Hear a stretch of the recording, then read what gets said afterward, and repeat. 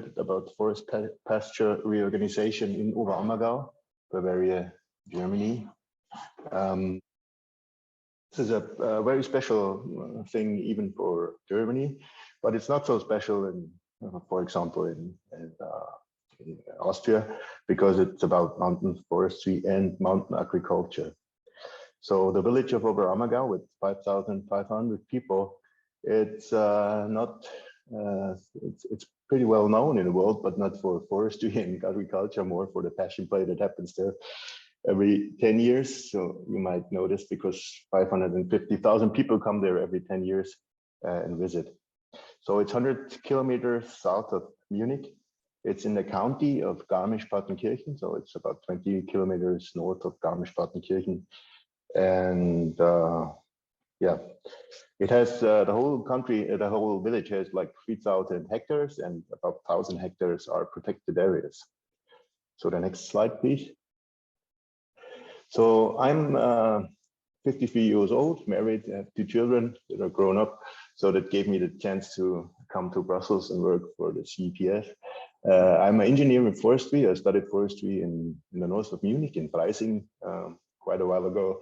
And then I worked, after the study, I worked for the Bavarian State Forest as a forester and made the test for forestry in Germany.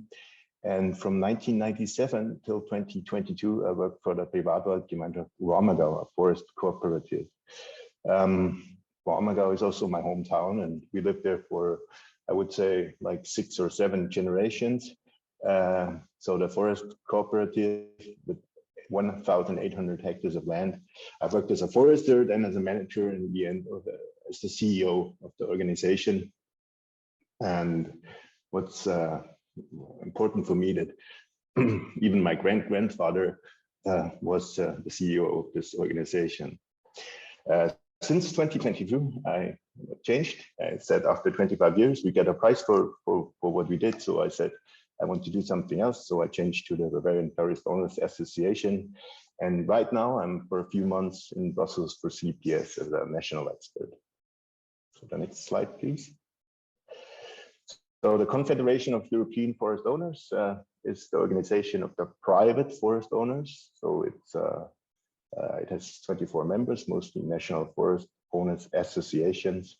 50 million private forest owners are in the EU. 60% of the forests are privately, and most holdings are small or very small size, like an hectare or something around that. And it was founded in 1996. So the next slide.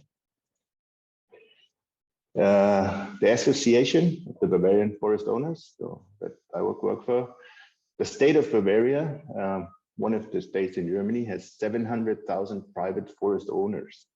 Something that's not possible, but the state of Bavaria itself has 13 million people, and 700,000 are private forest owners.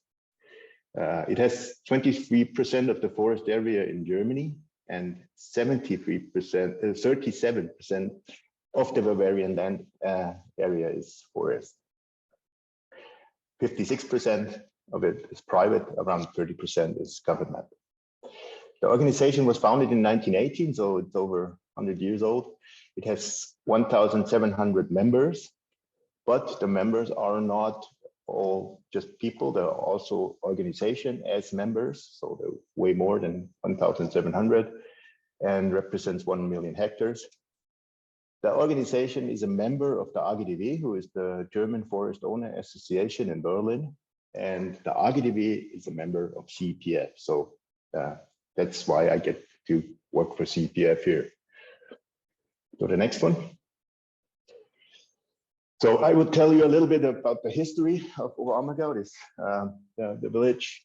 It's a very old settlement area. It's proven since the year 5, farm-based and very poor before tourism. So the people were like in most villages in the mountains, they were very poor because there was only grassland, no crops or almost no crops, potatoes, herbs. And it has a 60% forest cover. You know, the forest in the area it's the forest that you live with, that you live from, that you need for fire, for buildings, but it also protects you. So I mean, protect from avalanches, from rocks, slides, from that stuff. And sometimes we talk about protection and protected. So 60% forest cover that protects the area. We have a long winter period. The elevation from the village is about, from the forest is about 900 to 1600, 1600 meters. And the winter time is like a half year that you have no grass that you can cut, or no animals need to be at home.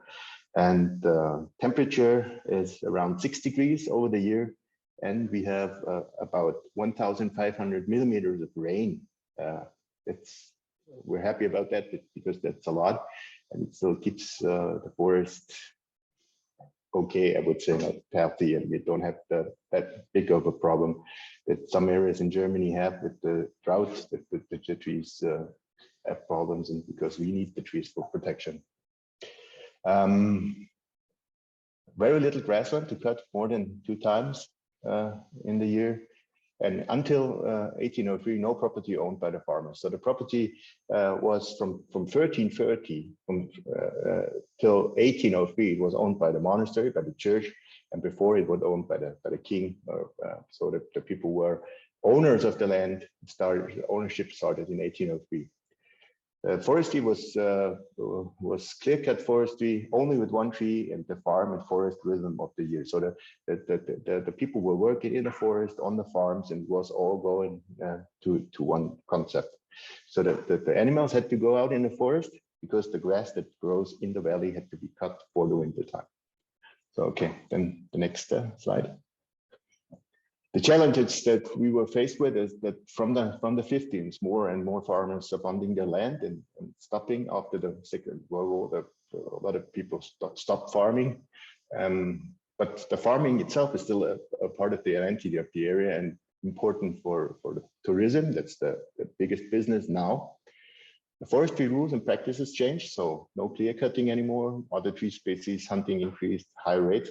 That means that we stopped clear cutting because we wanted permanent forestry.